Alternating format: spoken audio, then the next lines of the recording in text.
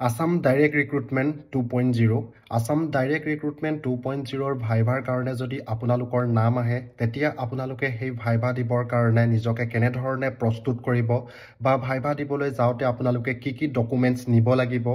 বা দিবলৈ যাওঁতে আপোনালোকে কেনে ধৰণৰ সাজ পোছাক পৰিধান কৰিব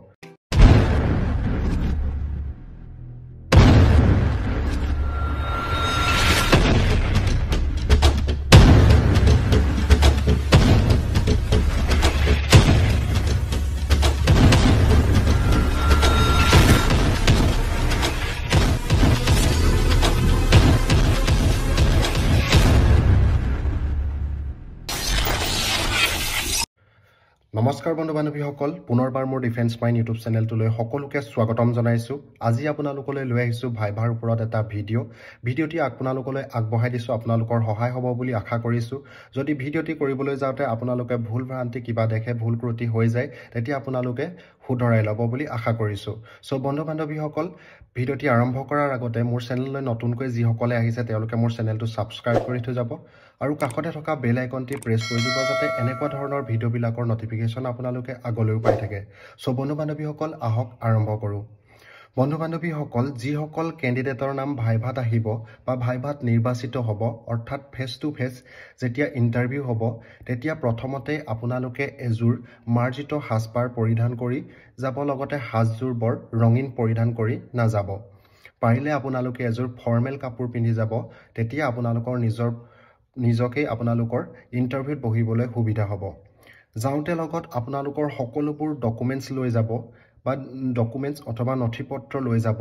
HSLCৰ পৰা মাষ্টাৰ ডিগ্ৰী আৰু ডিগ্ৰী লৈকে marksheet certificate caste Aadhaar card PAN card birth certificate ইত্যাদি সকলো আপোনালোকে নিব পাৰিব ইণ্টাৰভিউ যিটো ৰুমত লোৱা হ'ব তালৈ সোমাই যোৱা মুহূৰ্তত আপোনালোকে নিজৰ মাইণ্ডটো সদায় ফ্ৰী কৰি ৰাখিব লগতে নাৰ্ভাস ফিল নকৰিব অলপমান ভয় ভাব অহাটো স্বাভাৱিক সকলোৰে এইটো ফিল আহে সেই কোঠাটোত যেতিয়া আপোনালোকে প্ৰৱেশ কৰাৰ আগতে আপোনালোকে অনুমতি লৈহে প্ৰৱেশ কৰিব আৰু মনত ৰাখিব যেতিয়া আপোনালোকে প্ৰৱেশ কৰিবলৈ লওঁতে দৰজাখন সম্পূৰ্ণকৈ খুলি পেনে আপোনালোকে অনুমতি নলব অলপমান খুলিহে আপোনালোকে অনুমতি ল'ব বা মহোদয় সোমাব পাৰোনে বুলি আপোনালোকে অনুমতি ল'ব পাৰে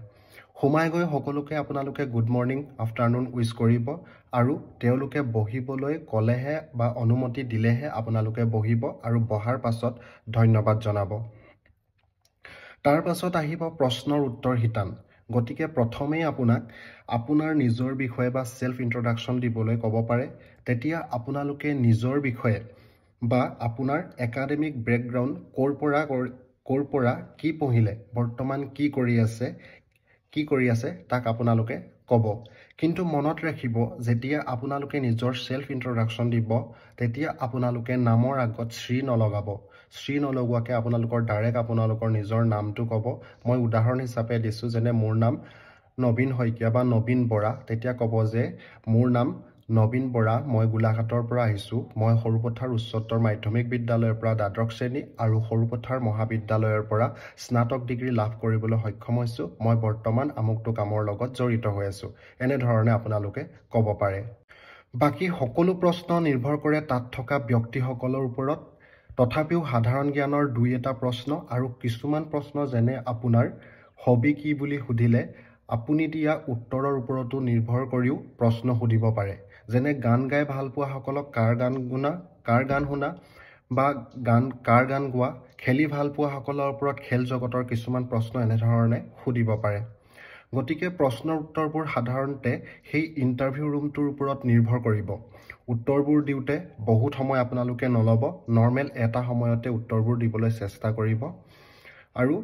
তেতিয়া সুধিব পাৰে যে তোমালোকে এই জবটো কিয় সিলেক্ট কৰিলা তেতিয়া আপোনালোকে সকলো উত্তৰ যিমান পাৰে সঁচাকৈ দিবলৈ চেষ্টা কৰিব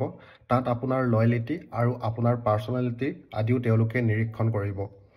কম্পিউটাৰ ৰিলেটেড কুৱেশ্যন এটা দুটা সুধিব পাৰে উত্তৰসমূহ দিওঁতে সদায় চকুত হৈ বা আই কণ্টেক্ট ৰাখিব তাতে আপোনাৰ কনফিডেন্টটো প্ৰকাশ পায় আৰু এটা কথা মনত ৰাখিব মই ক'বলৈ পাহৰি গৈছিলোঁ আপোনালোকে ভাইভাত যাওঁতে সদায় নিজৰ ওপৰত কনফিডেন্স ৰাখিব বেছি ভয় নাখাব ভয়টো সকলোৱে খায় ভয় খোৱাটো এটা স্বাভাৱিক ভয় সকলোৰে লাগে ভয় থাকেই সকলোৰে আপোনালোকে নিজকে কনফিডেন্স ৰাখিব নিজৰ মনটো শান্ত ৰাখিব নিজকে সান্তনা দিব যে একো নহয় সব ভালেই আছে একদম নিজকে সান্তনা কৰি ফ্ৰী ৰাখিব নিজৰ মাইণ্ডটো বিলকুল আপোনালোকে ফ্ৰেছ ৰাখিব তাৰ পাছতে এনেধৰণেও সুধিব পাৰে যে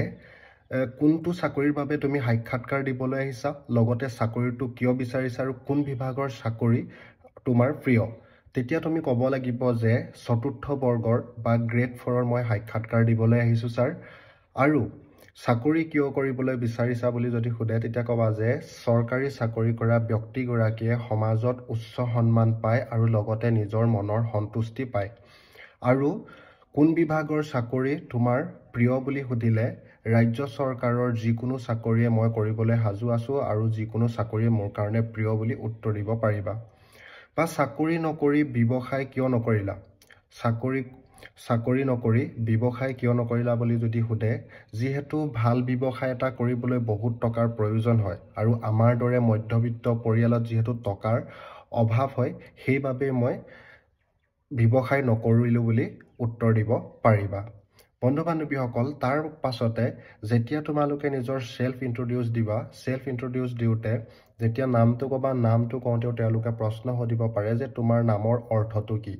তেনেধৰণেও তেওঁলোকে প্ৰশ্ন কৰে যে তোমাৰ নামৰ অৰ্থটো কি তেতিয়া সেইবিলাক ক'ব পাৰিব সেইকাৰণে সদায় এক্সামৰ আগত বা ভাইভাৰ আগত নিজকে সম্পূৰ্ণ প্ৰস্তুত কৰি লৈ যাবা কনফিডেন্ট নিজৰ ওপৰত ৰাখিবা সম্পূৰ্ণ ডকুমেণ্টছ নিব লাগিব আৰু পোচাকৰ কথা কৈছে পোচাক সদায় নৰ্মেল মানে ফৰ্মেল ড্ৰেছ পিন্ধি যাব লাগে বহুত ৰঙীন পিন্ধি যাব নালাগে তেতিয়া আপোনালোকৰ নিজৰো ভাইভাত বহিও ভাল লাগিব বা নাৰ্ভাছ ফিলো নহ'ব সো বন্ধু বান্ধৱীসকল ভিডিঅ'টি আজি ইমানেই ভিডিঅ'টি আপোনালোকৰ ভাল লাগিব বুলি মই আশা কৰিছোঁ আৰু যদিহে আপোনালোকৰ ভিডিঅ'টি ভাল লাগে ভিডিঅ'টি সকলোৰে সহায় হোৱাকৈ শ্বেয়াৰ কৰি দিব আৰু যিসকলে চেনেললৈ নতুনকৈ আহিছে তেওঁলোকে মোৰ চেনেলটো ছাবস্ক্ৰাইব কৰি দিব আৰু কাষতে থকা বেল আইকনটি প্ৰেছ কৰি দিব যাতে এনেকুৱা ধৰণৰ ভিডিঅ'বিলাকৰ নটিফিকেশ্যন আপোনালোকে আগলৈ পাই থাকে সো বন্ধু বান্ধৱীসকল আজিলৈ ইমানেই জয় হিন্দ জয় ভাৰত বন্দে মাতৰম